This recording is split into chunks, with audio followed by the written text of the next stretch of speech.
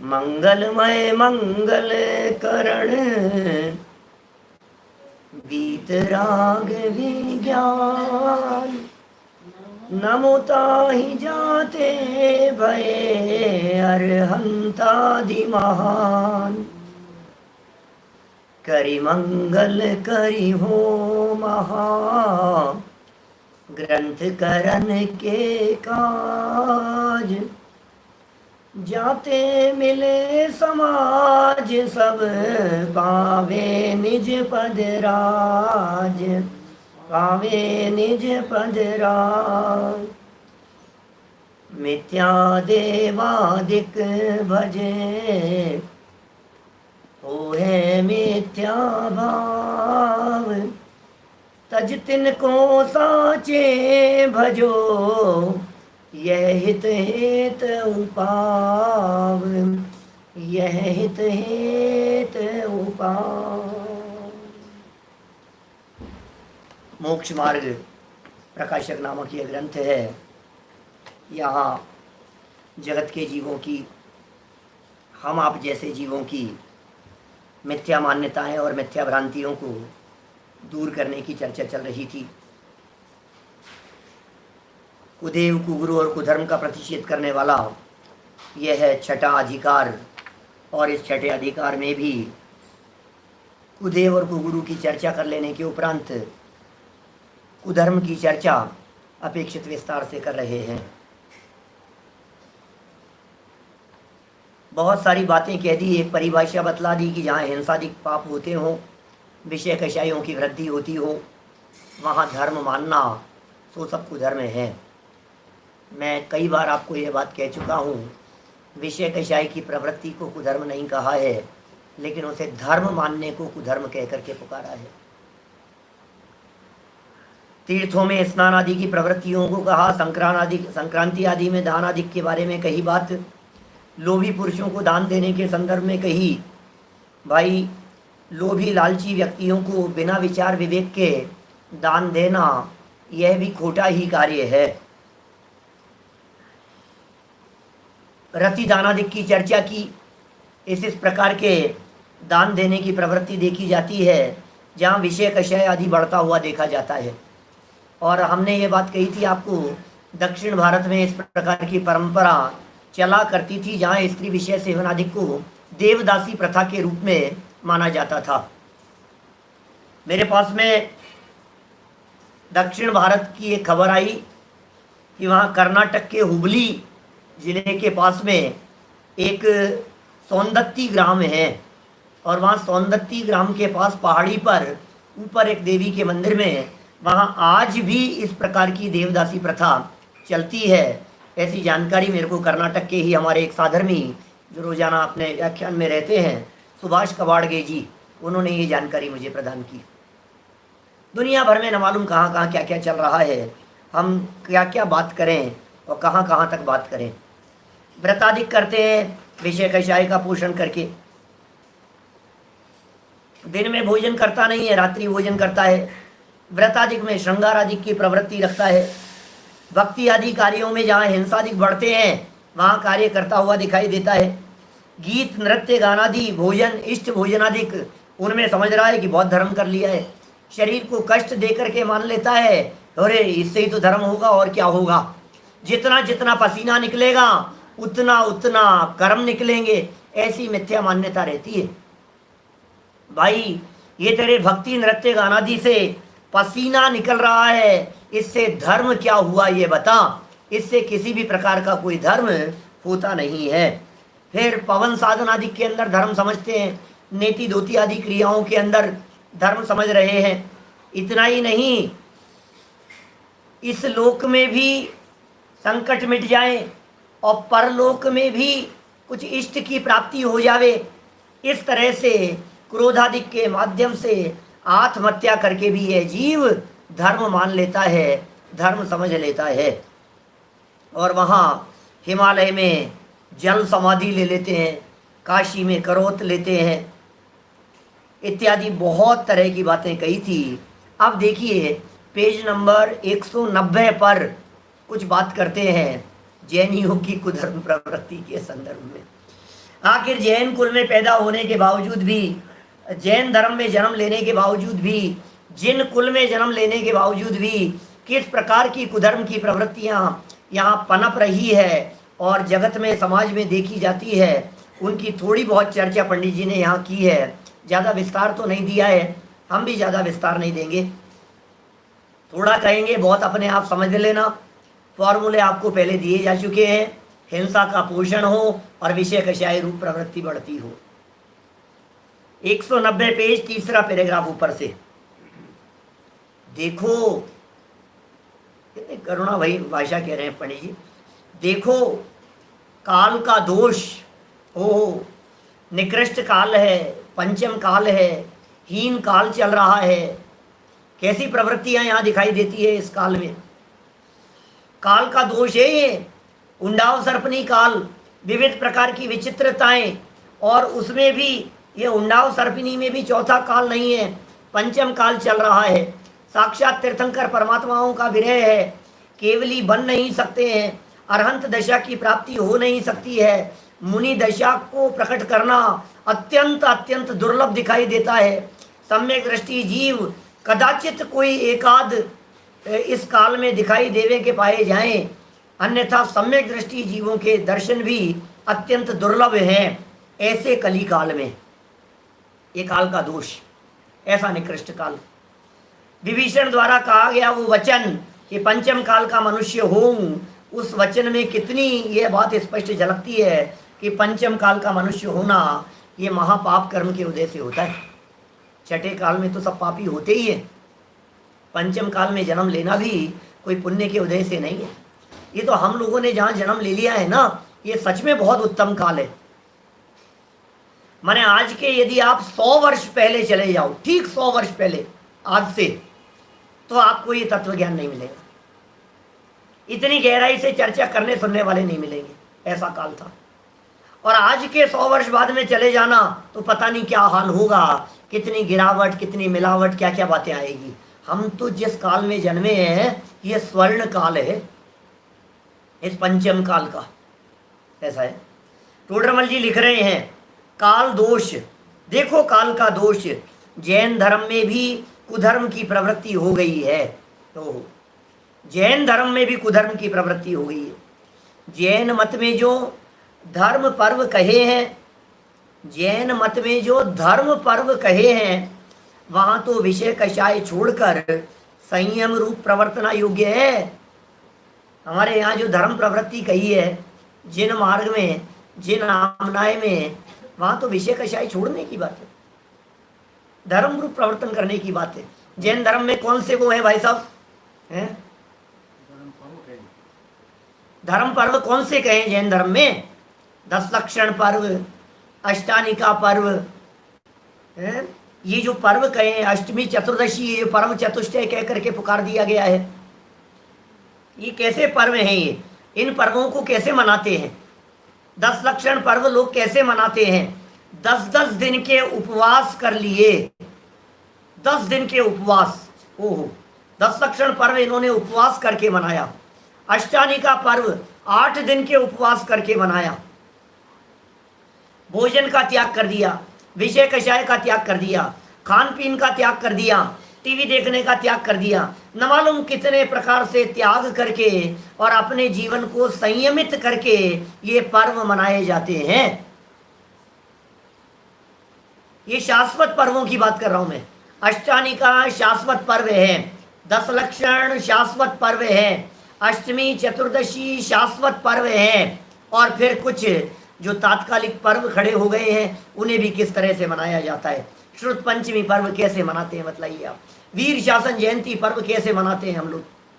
धर्म आराधना करके, स्वाध्याय करके, दुकान बंद करके, ऑफिस बंद करके, अपने समय का सदुपयोग पढ़ने लिखने में स्वाध्याय करके, गोष्ठियां करके, शिविर लगाकर मंदिर में सब लोगों को इकट्ठा किया, विधान कराया हमने। इस तरह से ये पर्व मनाए जाते हैं, जैन पर्व। माने ये कह रहे हैं धर्म पर्व कहे हैं हमारे यहाँ जो भी जैन पर्व, जैन मत में, वहाँ तो विषय कषाय छोड़कर संयम रूप प्रवर्तना योग्य है। उसे तो ग्रहण नहीं करते। लो, अब जैनियों की बात कर रहे हैं, उसे तो ग्रहण नहीं करते और व्रताधिक का नाम धारण करके वहां नाना श्रृंगार बनाते हैं। ओ, व्रत का नाम धारण कर लिया, ये व्रत है, और नाना प्रकार के श्रृंगार बनाते हैं। सजेगा धजेगा, तैयार होगा। मैं कहता हूं कई बार जैन समाज में लॉकर ही 10 लक्षण पर्व के दिनों में खुलते हैं, या तो शादी विवाह आदि प्रसंगों पर, या फिर धूप दशमी है, क्षमावाणी है, अनंत चतुर्दशी है, मंदिर में बड़ा आयोजन है, पड़वा का दिन है, लोग आएंगे, कितने लोग मंदिर में मिलेंगे, लॉकर से वो तो लाए ही नहीं, सेठ तो लाना है हमारे को। सजते हैं, संवरते हैं, श्रृंगार करते हैं और इष्ट भोजन आदि करते हैं और कुतूहल आदि करते हैं। नाच गान, नृत्य गान, भोजन आदि कुतूहल चलता रहता है। ऐसा लगता है लोगों को काम मिल जाता है, भोजन आदि व्यवस्थाएं हो जाती है, अंदर में विधान चल रहा है, बाहर में बैठ करके कुर्सी पर बैठे रहेंगे, पान चबाते रहेंगे, हाँ बन रहा है तैयारी, अरे शिविर लगाया तो थोड़ा सा व्यवस्थाएं सारी सब। भाई किस लिए लगाया था शिविर? ये आयोजन किस लिए किया गया था? ये पर्व किस लिए आए थे? ये पर्व तो आत्म विशुद्धि के लिए आए थे। ये पर्व तो अपने आप से अपने आप का परिचय कराने के लिए आए थे। ये पर्व तो इसलिए आए थे कि कुछ समय अपने आप के साथ बिताएं, थोड़ा समय तो निकालें अपने आप के लिए भाई साहब। और अपने आप को तो भूल गया और व्यर्थ में इधर उधर समय गंवाता रहा खा पी करके। आपको मालूम है, ऐसा बोलते हैं, ये जो त्रयोदशी है ना, अनंत चतुर्दशी के पहले आती है तेरस, उस तेरस को मारवाड़ी समाज में, खंडेलवाल जैन समाज में गटका तेरस के नाम से पुकारा जाता है, बोला जाता है। गटका तेरस, ये क्या होता है गटका तेरस? ऐसा बोलते हैं, गटकते हैं इसमें। क्या अनंत चतुर्दशी के दिन उपवास होता है ना, तो तेरस के दिन, उसके पहले दिन चूरमा बनता है, बाटी बनती है, लड्डू बनते हैं, ऐसे ऐसे खूब खाओ उस दिन, गरिष्ठ भोजन करो, क्योंकि दूसरे दिन उपवास करना है ना आपको, अगले दिन तो उपवास करना है, तो पहले दिन खूब खा लो आप।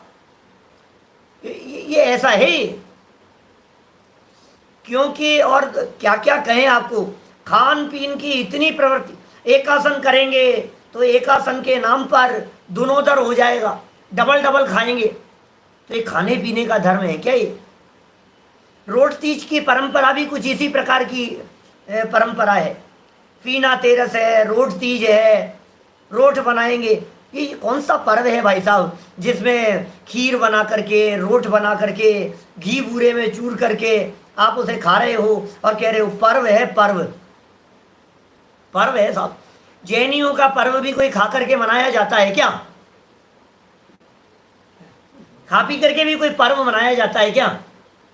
यदि सच में आप जैन पर्व मानते हो तो हम तब माने जैन पर्व जब आप उस दिन का उपवास रखो। क्या ये तो मौज मस्ती का पर्व है, यार दोस्तों को बुलाएंगे, परिचित लोगों को बुलाएंगे, घर में भोजन करने के लिए, खुद भी खाएंगे, उनको भी खिलाएंगे, खूब गरिष्ठ भोजन करेंगे। क्यों? क्योंकि अब 10 लक्षण शुरू होने वाले हैं। अब 10 लक्षण शुरू होने वाले हैं, इसलिए क्या करें, पहले खूब खा लो आप भरपेट। ऐसा चलता है, क्या करें भाई साहब। मंदिर में ले जा करके चढ़ाते हैं, सो तो घोर अनर्थ की बात है। मंदिर में तो चढ़ाने की कोई बात बनती ही नहीं है। हमारे यहाँ जैन मंदिरों में खाद्यान्न नहीं चढ़ाया जाता है, खाने पीने की वस्तुएं नहीं चढ़ाई जाती है, निर्दोष वस्तुएं, जिसमें भी विशेष रूप से अक्षत चावल। चावल क्यों चढ़ाते हैं मंदिर में? बालबोध पाठमाला के प्रवचनों में कही है मैंने चर्चा। मंदिर में चावल क्यों चढ़ाते? वो अजन्मा है, वो अखंड है, वो टूटा हुआ नहीं है। वो प्रेरणा दे रहा है अक्षय पद की प्राप्ति की। वो प्रेरणा दे रहा है कि जिस तरह से ये चावल दोबारा जन्म नहीं लेता है, हे भगवान, हम भी ये हाथ में चावल लेकर आपको समर्पित करते हुए भावना भा रहे हैं कि हमारा भी दोबारा जन्म नहीं होगा। इस भावना से चढ़ाया जाता है। देखिए कहां तक कहें, श्रृंगार बनाते हैं, इष्ट भोजन आदि करते हैं, कुतूहल आदि करते हैं, अरे भाई आपके खाने पीने का निषेध नहीं है, अरे भाई आपके नाचने गाने का निषेध नहीं है, आपकी मौज मस्ती का निषेध नहीं है, आपके विवाह आदि का प्रसंग हो तो खूब नाचो गाओ, तुम्हें जो कुछ भी करना हो, क्या जो तुम्हें करना हो सो करो, उसका रंच मात्र भी हम कुछ नहीं कहने वाले हैं, लेकिन इन प्रवृत्तियों में धर्म मान करके करे सो सब निषेध रूप ही जानना चाहिए। क्या देखिए क्या कहें आगे, वे कषाय बढ़ाने के कार्य करते हैं, जुआ इत्यादि महान पाप रूप प्रवर्तते हैं। पर्व के दिनों में जुआ, विशेष रूप से जुआ आदि खेला जाता है दीपावली आदि के समय पर, बहुत प्रवृत्ति चलती है इस तरह की, लॉटरी है, जुआ है, खेलना, ये तो पर्व के दिन है, ऐसा चलता है। भाई हमारे जो पर्व हैं ये भोग के नहीं त्याग के पर्व हैं, हमारे इन पर्वों में भोगा नहीं जाता है, त्यागा जाता है। इसलिए जहाँ कषायें बढ़ रही हो, अरे इस चौदस के दिन, पड़वा के दिन कलह चौदस कह करके पुकारते हैं लोग, मैंने सुना है ऐसा।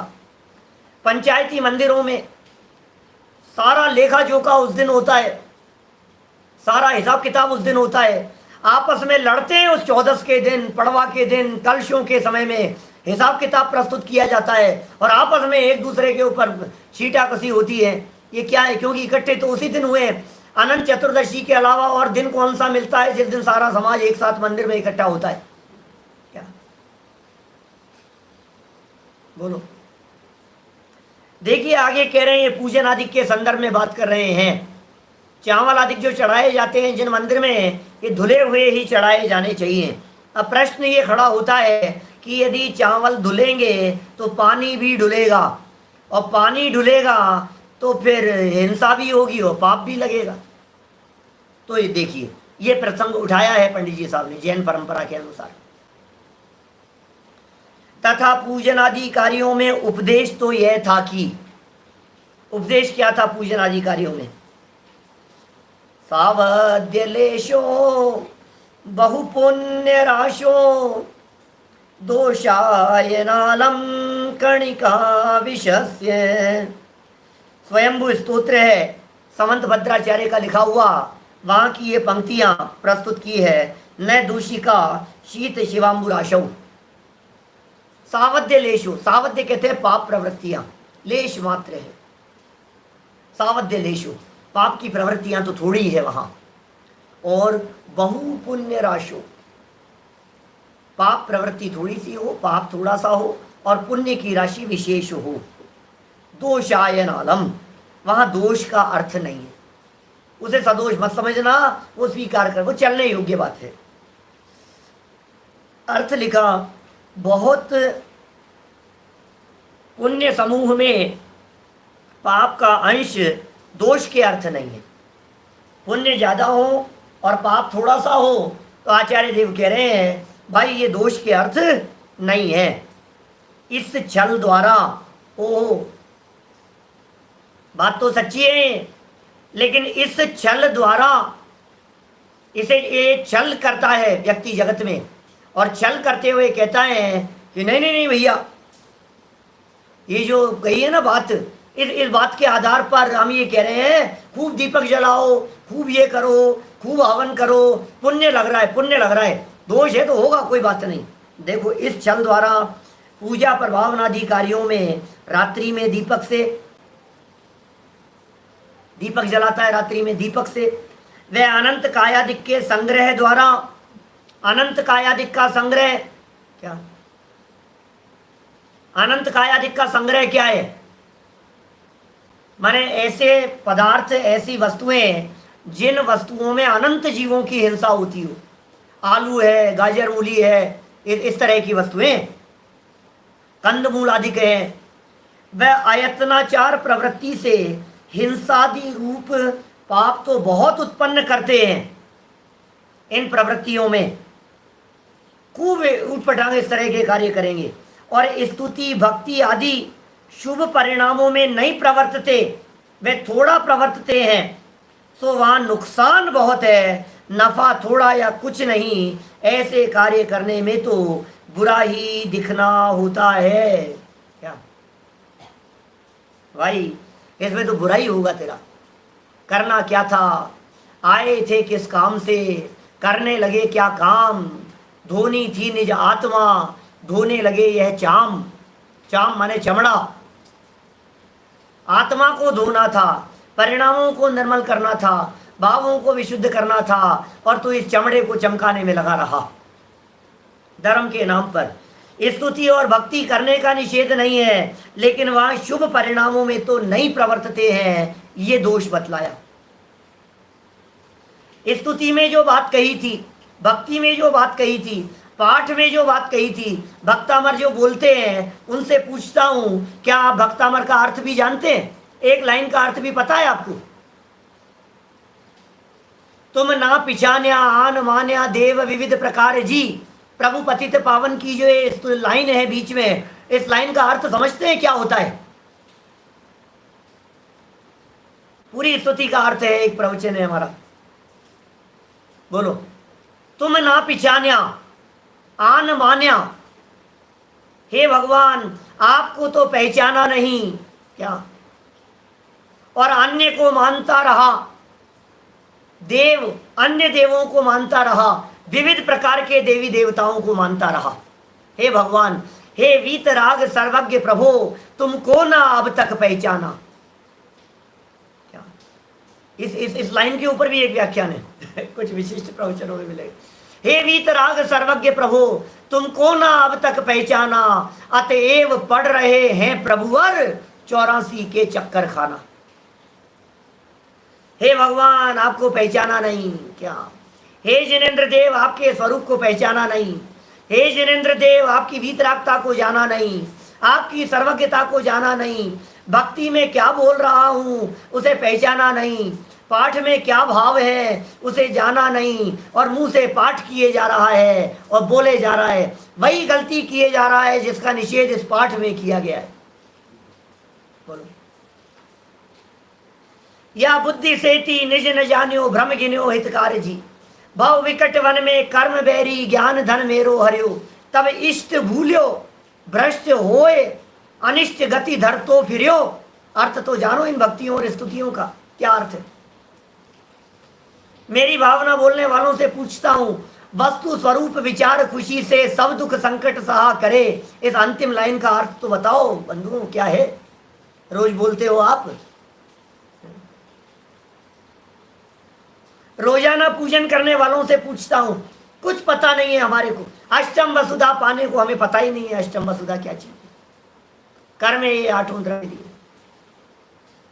ये अर्घ कियो निज हेत तुमको अर्पत हो। नंदीश्वर दीप की पूजन, यह अर्घ कियो किस लिए? भगवान के लिए अर्घ चढ़ा दे। भगवान को अर्घ तो दे दे, भगवान को अर्घ तो चढ़ा दे। और बोल क्या रहा है? यह अर्घ कियो भगवान के लिए नहीं, निज हेत, अपने आप के लिए।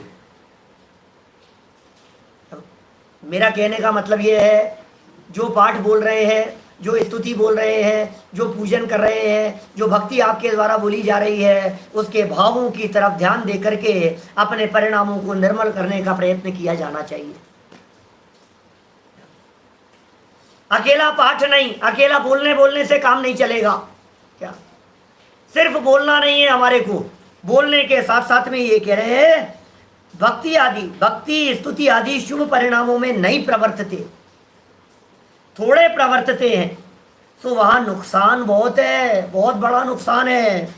और नफा थोड़ा है या कुछ भी नहीं है, बहुत बड़ा नुकसान कर लिया आपने, और नफा कुछ भी नहीं है। ऐसे कार्य करने में तो बुरा ही दिखना होता है। क्या किया भैया तूने? नफा नुकसान समझता है क्या? क्या होता है? क्या नफा नुकसान क्या है? बिजनेसमैन हो साहब आप लोग तो सब नफा नुकसान नहीं समझते। आप ऐसा बिजनेस करना चाहेंगे क्या जिस बिजनेस के अंदर ही नुकसान हो? कौन करेगा ऐसा बिजनेस, बताइए। चांदी के दाम बढ़ते बढ़ते बढ़ते बढ़ते 75,000 हो गए। पहले भी हो गए थे, 2-3 साल पहले, 2-4 साल पहले भी, 5 साल पहले भी हो गए, अभी भी हो गए हैं। अब 75,000 हो गए, 80,000 हो गए साहब चांदी के भाव। 80,000 रुपये किलो चांदी है। हमारा प्रश्न है आपसे, 80,000 रुपये किलो चांदी में कौन चांदी का बिजनेसमैन ये होगा कि लाओ जितनी भी चांदी है मुझे दे दो, खरीदेगा? क्यों नहीं खरीदता है? वो जानता है ये खरीदने का समय नहीं है।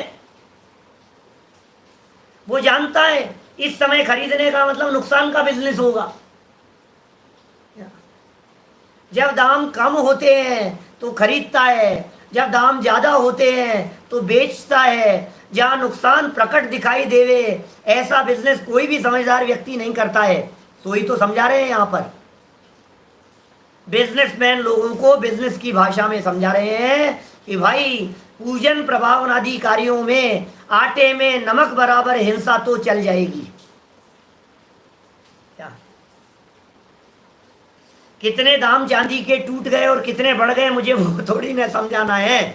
मुझे तो ये समझाना है कि जब वो टॉप लेवल पर हो उस समय कोई बिजनेसमैन खरीदने को तैयार नहीं होता, ये कह रहे हैं। लेकिन अच्छा, बिजनेस के अंदर कितने तरह के नुकसान भी हो जाते हैं ना। आप मान लीजिए कपड़े का बिजनेस कर रहे हैं, आप ज्वेलरी का बिजनेस कर रहे हैं, आप जो भी बिजनेस कर रहे हैं, जिस तरह का भी बिजनेस है, उस बिजनेस में नुकसान भी होता होगा कि नहीं? चीजत भी होती है ना। नितिन भाई, साड़ियों का बिजनेस है मान लो तुम्हारा, मान लो क्या है, तो उसमें तुम मान करके चलते हो ना 2% तो डूबत होगी, इतनी इतनी तो कटी हुई निकल जाएगी, इतना तो खराब हो जाएगा, इतना माल तो बिगड़ जाएगा। ये तो आप मान करके ही चलते हो ना पहले से। जो भी व्यक्ति जो कोई भी बिजनेस करता है उसमें 2-5% तो वो मान करके ही चलता है कि नहीं? संजय जी भाई साहब, पारस महल वाले विदिशा, बोलो। इतना तो हम मान करके ही चलते हैं ना, इतना काम यदि उधारी में होगा तो इतना तो होगा, इतनी तो चीजत निकल जाएगी, इतना तो नुकसान मान करके ही चल रहे हैं। ये सब समझते हैं, सारे बिजनेसमैन समझते हैं, इतनी तो टूट फूट हो जाएगी। क्या सुरेंद्र जी भाई साहब, जहां भी बिजनेस जो भी कर रहे हैं उन सारे बिजनेसेस में ऐसा होता है ना, ये तो होता ही है, ये तो हम मान करके ही चल रहे हैं, इतना तो होगा ही। बच्चों को भी बतलाते हैं इतना तो डेड स्टॉक निकल जाएगा, इतना तो एक्सपायरी डेट के अंदर इतना माल खराब भी हो जाएगा, ये भी हमारे को पता है। तो जब आपको ये सारी बातें पता है तो कोई समझदार व्यक्ति बिजनेस करना छोड़ देता है क्या? अरे यार नुकसान हो गया, नुकसान हो गया। कोई बात नहीं, 2-5% नुकसान हुआ है, 90% तो प्रॉफिट का बिजनेस है। यही मान करके बिजनेस किया जाता है। बिजनेस इसी तरह से किए जाते हैं। कोई व्यक्ति वहां नुकसान जान करके छोड़ देवे वो भी अनर्थ कर रहा है, और कोई व्यक्ति अकेला बिजनेस ही ऐसा करे जिस बिजनेस में 100% नुकसान का ही काम होता हो तो फिर वो मूर्ख है। कितना बैलेंस होता है बिजनेस करते समय, ये बता रहे हैं। पूजन करो, विधान कराओगे, अनुष्ठान रचाओगे, पंच कल्याणक कराओगे, ऐसे बड़े बड़े आयोजन होते हैं, जिन मंदिर बनवाओगे, ये सब धार्मिक प्रवृत्तियां कही गई है हमारे यहाँ होती है। इस तरह की शुभ भाव रूप होती है। 10 लक्षण पर्व मना रहे हो, लोगों को बुला रहे हो, भोजन भी रख रहे हो, आयोजन भी रख रहे हो, ये सब बातें हो रही है। लेकिन यदि इस आयोजन में अकेला भोजन ही भोजन रह गया, मान लीजिए, क्या मैं आपसे कहता हूं विधान कराया और विधान के बाद में भोजन भी कराया, तो विधान 4 घंटा चला और 1 घंटा भोजन चला, चलेगा, कोई बात नहीं। 4 घंटा विधान और 1 घंटा भोजन चलेगा, बराबर है। अब इसको उल्टा कर दो, 1 घंटा विधान करो और 4 घंटा विषय कषाय का पोषण, एक मूवी दिखाओ बैठा करके लोगों को अट्रैक्ट करने के लिए, तो फिर क्या कर रहे हो भाई साहब? और कोई ये कहे अरे यार आपके विधान में तो कितने से लोग आते हैं, इसको तो बंद करो, क्या? और एक काम करो, भोजन में ज्यादा लोग आते हैं तो एक काम करो, आप तो मंदिर में भोजन का आयोजन रखो, भजन छोड़ दो, भोजन का रखो। तो ऐसा पागल हो गया है? तो सुनिए, हमारे दिगंबर जैन समाज में बहुत प्रवृत्तियां ऐसी होने लग गई है। मैंने आवाज उठाई थी बीच में हमारे यहाँ जयपुर जैन समाज के बीच में, लेकिन कुछ हुआ नहीं उसका। धार्मिक प्रवृत्तियां, जो विशेष धार्मिक प्रवृत्तियां 10 लक्षण पर्व के दिनों में होती थी, ज्ञान की आराधना के लिए होती थी, महावीर जयंती के ऊपर विचार गोष्ठियां वगैरह रखी जाती थी, बड़े बड़े संस्थाओं के द्वारा ये बंद कर दी गई। ऋषभ देव जयंती के ऊपर विचार गोष्ठी रखते थे, विद्वानों को बुलाते थे, गोष्ठियां रखते थे, बड़े आयोजन, और उनको तो बंद कर दिया और सिर्फ जुलूस और नाच गान होकर के बस पूरा हो गया। कई मैंने बात बहुत पदाधिकारियों को, क्या करें साहब, लोग आते नहीं हैं, उनमें आते नहीं हैं, उनमें आते नहीं हैं। क्या कर रहे हो आप? ज्ञान की आराधना की चीजों को बंद क्यों कर रहे हो आप? ये चीजें चलनी चाहिए जितना हो सके। नहीं नहीं नहीं, अब उसमें क्या है, इतना पैसा लग जाता है, लोग आते नहीं है, ये नहीं होते हैं। भाई नफा नुकसान का विचार करना, जिसमें नफा ज्यादा है नुकसान कम है, वह कार्य श्रावकों के द्वारा करने योग्य है। दीपक आदि जलाने के संदर्भ में कह दिया, साक्षात ही हिंसा दिखाई दे रही है, साक्षात ही अग्निकायिक जीवों की हिंसा दिखाई दे रही है। फूल पत्तियों का प्रयोग किया जा रहा है, फूल चढ़ाए जा रहे हैं, वृक्ष से फूलों को तोड़ा जा रहा है, मुनिराजों की अगवानी वगैरह के अंदर प्रयोग होने लगे हैं, पुष्प वृष्टि कर रहे हैं, फूल चढ़ा रहे हैं और मुनिराज उसके ऊपर चल रहे हैं। जहां मुनि जीवन में स्थावर जीवों की हिंसा का निषेध है, घास के तिनके और पत्ती पर भी चलने का निषेध है, वहां फूल पत्तियों के ऊपर चले तो कैसे चलेगा? सब कर रहे हैं, श्रावक लोग कर रहे हैं। क्या सुधरना तो श्रावकों को है, सुधारना तो अपने को है। हम उनकी क्या बात करें, हम तो अपनी बात कर रहे हैं भाई साहब। जहां हम सुधर सकते हैं वहां अपने आप को सुधारने का प्रयत्न करें। हम तो विवाह आदि प्रसंगों के अंदर, हमारे मुमुक्षु समाज में जो बिल्कुल दृढ़ हैं, विवाह आदि प्रसंगों में अग्नि नहीं जलाते। सोचो आप, हवन नहीं करते, विवाह के प्रसंगों में फूलमाला का प्रयोग नहीं करते। हमने नहीं किया, हमारी शादी में फूलों का प्रयोग नहीं किया, अग्नि नहीं जलाई। काहे कि अग्नि भगवान के सामने, वहां देव शास्त्र गुरु की साक्षी में फेरे ले रहे हो आप, वहां अग्नि जलाने का और हवन करने का और हवन में सामग्री चढ़ाने का, उसको जलाने का, होम करने का, वहां क्या प्रयोजन है उस हिंसा का? देव शास्त्र गुरु की साक्षी में रात्रि को और करते हैं, रात्रि में फेरे आदि करते हैं। सोचो आप, अब पूजन कर रहे हैं, फेरों में तो पूजन करेंगे ना आप, अर्घ्य चढ़ाए जाएंगे, पूजन की जाएगी, देव शास्त्र गुरु की साक्षी में पूजन की जाएगी। अब जैनों के यहाँ भी रात्रि में पूजन होने लग गई। पूजन तो हमारे यहाँ दिन में होती है, सामग्री हमारे यहाँ दिन में, और दिन में भी पता है कब? मंदिर में चावल चढ़ाने का भी ये विधान है कि जिस समय तक मंदिर के पुजारी, माली है, वहाँ की मालन, वहाँ साफ करने वाले, जिस समय तक वहां आकर के सफाई न कर गए हों, उससे पहले तक 10-11 बजे तक आपको चावल चढ़ाना उचित है। आप शाम को 4 बजे गए, 5 बजे गए और आपने कहा कि अभी तो दिन है, मैं चावल चढ़ा देता हूं, ये उपयुक्त नहीं है। बात समझने की चेष्टा करना, क्योंकि 4 बजे आप जाकर के चावल बादाम वाली अर्घ चढ़ा करके आ गए, अब उसमें चींटियां आती रहेगी, जीव पड़ते रहेंगे, दूसरे दिन आकर के मालिन आकर के साफ करेगा, चूहे खाते रहेंगे, चिड़िया कबूतर आते रहेंगे। तो विचार विवेक होना चाहिए हर जगह पर। ये जैन धर्म विवेक सिखाता है। आगे बढ़ते हैं भाई, देखिए, तथा जिन मंदिर तो धर्म का ठिकाना है, तो मंदिर तो धर्म का ठिकाना है, वहां नाना कुकथा करना। ओहो, मंदिर में कुकथाएं करते हैं, इधर उधर की बातें करते हैं, घर गृहस्थी की बातें और चर्चाएं कर रहे हैं। आप कहां पर? मंदिर में, धर्म के नाम पे करते। क्या आपको पता नहीं कि उनका स्वर्गवास हो गया? और कल वो मंदिर दर्शन जल्दी करके आ गए थे, इसलिए पता ही नहीं लगा। मंदिरों को हमने सूचना केंद्र बना रखा है, तीये घड़े की सूचना, लोगों से मिलना हो जाता है, मिलना जुलना बना रहता है, खबरें मिल जाती है, आपस में एक दूसरे से चर्चाएं हो जाती है। इसलिए है क्या ये कुकथाएं करने के लिए है क्या जिन मंदिर? हमारे यहाँ के जयपुर के एक अच्छे कवि हुए हैं, अभी तो शायद उनका स्वर्गवास हो गया, राजमल जी वैक्ष्या। तो राजमल जी वैक्ष्या साहब का एक भजन था, तिया की बैठक में जावा तो बैठ नहीं में पावा।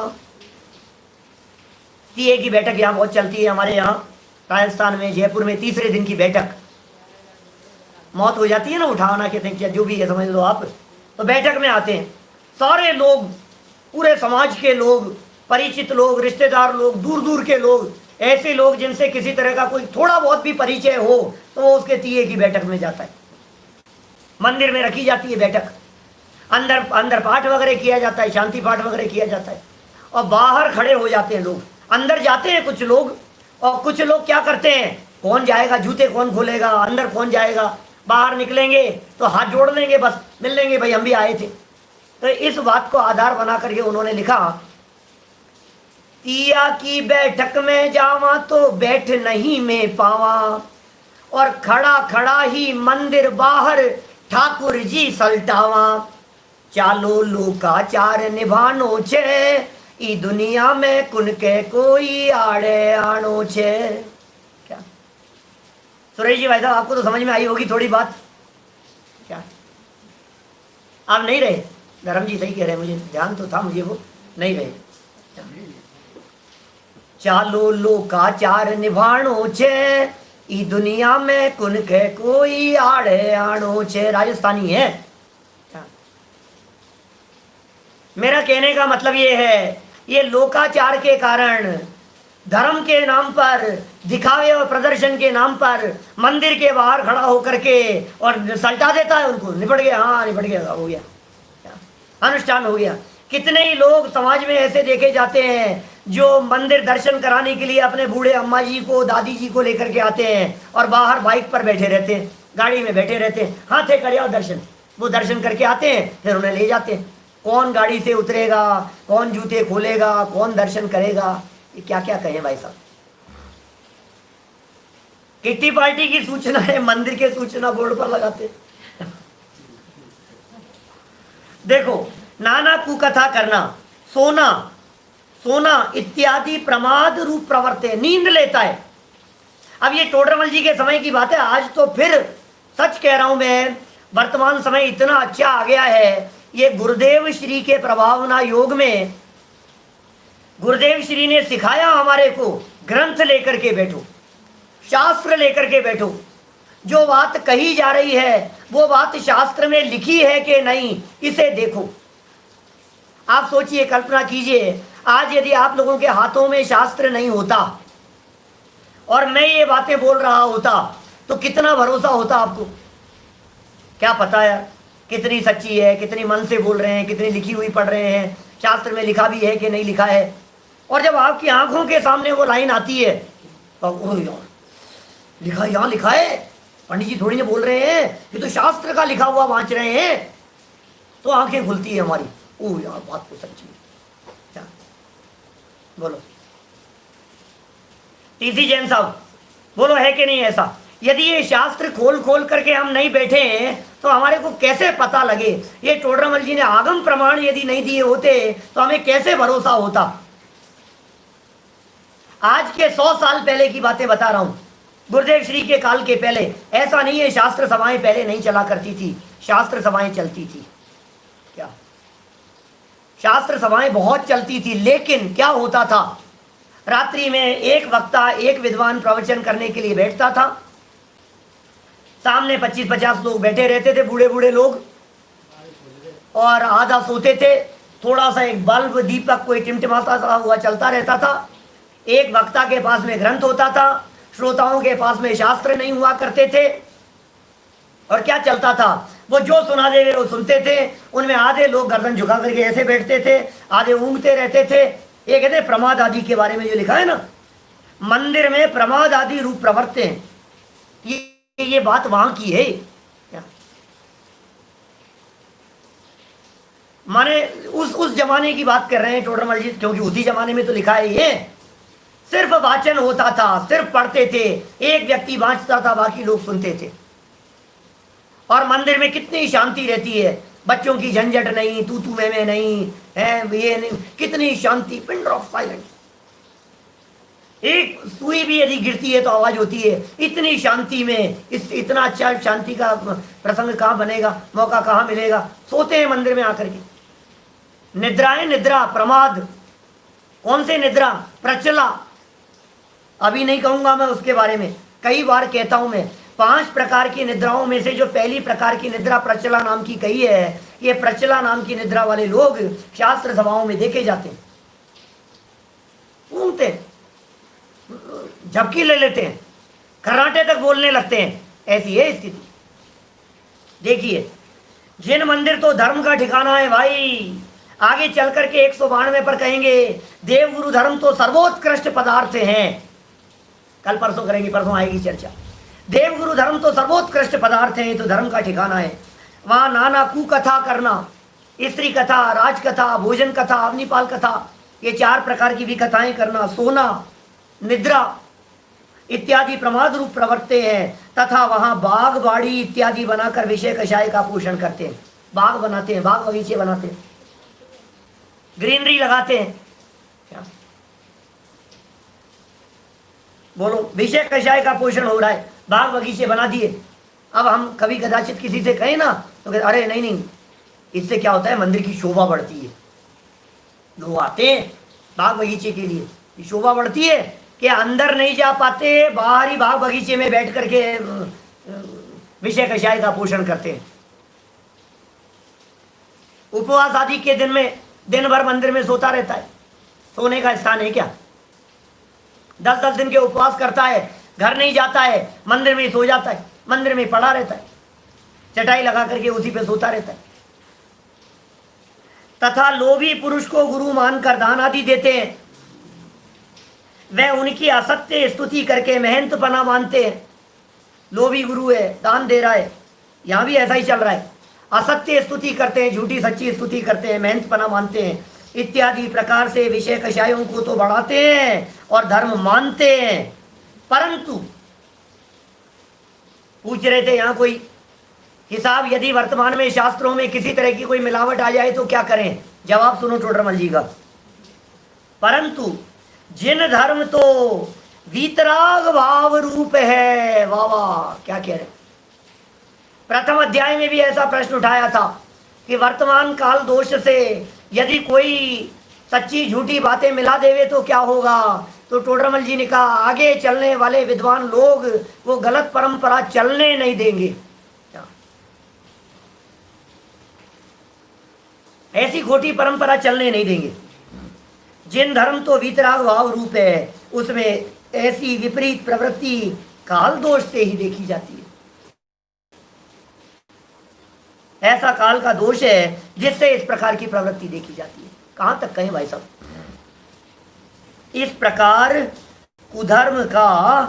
कुधर्म सेवन का निषेध किया। देखिए 3 प्रकरण मुख्य थे यहाँ। कुदेव सेवन का निषेध, कुगुरु सेवन का निषेध और कुधर्म सेवन का निषेध। तो यहाँ ये कुधर्म सेवन के निषेध का प्रकरण भी संपन्न हो गया। ध्यान दीजिएगा, यहाँ कुधर्म सेवन में न तो आपके दान देने का निषेध है, न गुरु को मानने का निषेध है, न आपके जिन मंदिर बनाने का निषेध है, न पूजन प्रभावना आदि कार्य करने का निषेध है।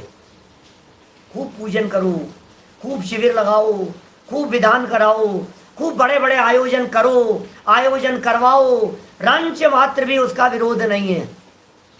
लेकिन इन आयोजनों में प्रयोजन बराबर ध्यान रहना चाहिए। मैं कौन हूं, भगवान कौन है, भगवान की वीतरागता क्या है, क्या भगवान कैसे बन गए हैं, मैं स्वयं भगवान कैसे बन सकता हूं, विषय कषायों की कमी कैसे हो सकती है, इत्यादि बातों की बात आनी चाहिए। क्या यदि तुम्हें आत्मा परमात्मा की खबर नहीं है, तुम्हें यदि वस्तु स्वरूप की खबर नहीं है, मैं कौन हूं इस बात को जानने का विचार विकल्प नहीं है, शास्त्र में क्या कहा है और मुझे क्या करना इत्यादि बातों का विचार विवेक नहीं है, तो फिर तो प्रदर्शन मात्र है। फिर तो आयोजन में तुम प्रयोजन को भूल गए हो। प्रयोजन तो वीतरागता का पोषण करना है, प्रयोजन तो आत्म विशुद्धि का है, प्रयोजन तो भेद विज्ञान है, प्रयोजन तो स्वपर की बातों को जानना है, आत्मा और परमात्मा इन बातों को समझना है। ये तो मूल प्रयोजन है। भाई साहब, विधान भी कर रहे हो तो समझ करके करो, पूजन भी कर रहे हो तो समझ करके करो। मैं तो ये कहता हूँ, कोई भी धार्मिक आयोजन और धार्मिक प्रवृत्तियां हो, बिना समझे यदि किया गया है तो उसमें भी महान दोष लगता है। क्योंकि हमारा जैन धर्म देखा देखी प्रवृत्ति की बात नहीं करता। हमारे जैन धर्म में प्रदर्शन नहीं है, आत्मदर्शन है। हमारी प्रवृत्तियां प्रदर्शन के लिए नहीं होती, आत्मदर्शन के लिए होती है। और आत्मदर्शन का विकल्प भी नहीं आया तो फिर क्या धर्म साधन किया। ये परमात्मा आत्मा को दिखाने वाले होते हैं। इसलिए हमारे तो भक्तियों में भी ये वचन कहते हैं, जिन दर्शन कर निज दर्शन पा। ऐसी होती है भक्तियां, ऐसे होते हैं दर्शन। जिन दर्शन कर और निज दर्शन पा, ऐसा कह रहे हैं। इस प्रकार यदि धर्म के नाम पर अन्यथा प्रवर्तन हो रहा है तो वो सब कुधर्म जानना और उन सब का निषेध किया। अब फिर पंडित जी साहब ने प्रश्न उठाया है आगे कि साहब ये बातें आपने समझा तो दी और हमने समझ तो ली, लेकिन इन सब बातों में मिथ्यात्व कैसे हुआ, ग्रहित मिथ्यात्व का पाप कैसे लगा, इसमें दोष किस प्रकार से लगा, इसमें गलती क्या है, ये बातें आगे प्रश्न उठा करके समाधान किया है। और कल कुछ इस प्रकार की चर्चाएं भी आएगी कि आखिर हमने ये सब कर लिया तो कोई बहुत बड़ा अनर्थ कर दिया क्या, थोड़ा सा क्या है, लोगों को बुला लिया और नाच लिए तो कोई बहुत बड़ा अनर्थ हो गया है क्या। इसकी चर्चा भी आगम प्रमाण देकर के बहुत गहराई से और सूक्ष्मता से यहाँ पंडित जी ने की है, जिसकी चर्चा कल यथा समय करेंगे। निज निधि निज में बताई यह अनंत उपकार है, उसके लिए जिन वाणी माँ को वंदना शतवार है, वंदना शतवार है।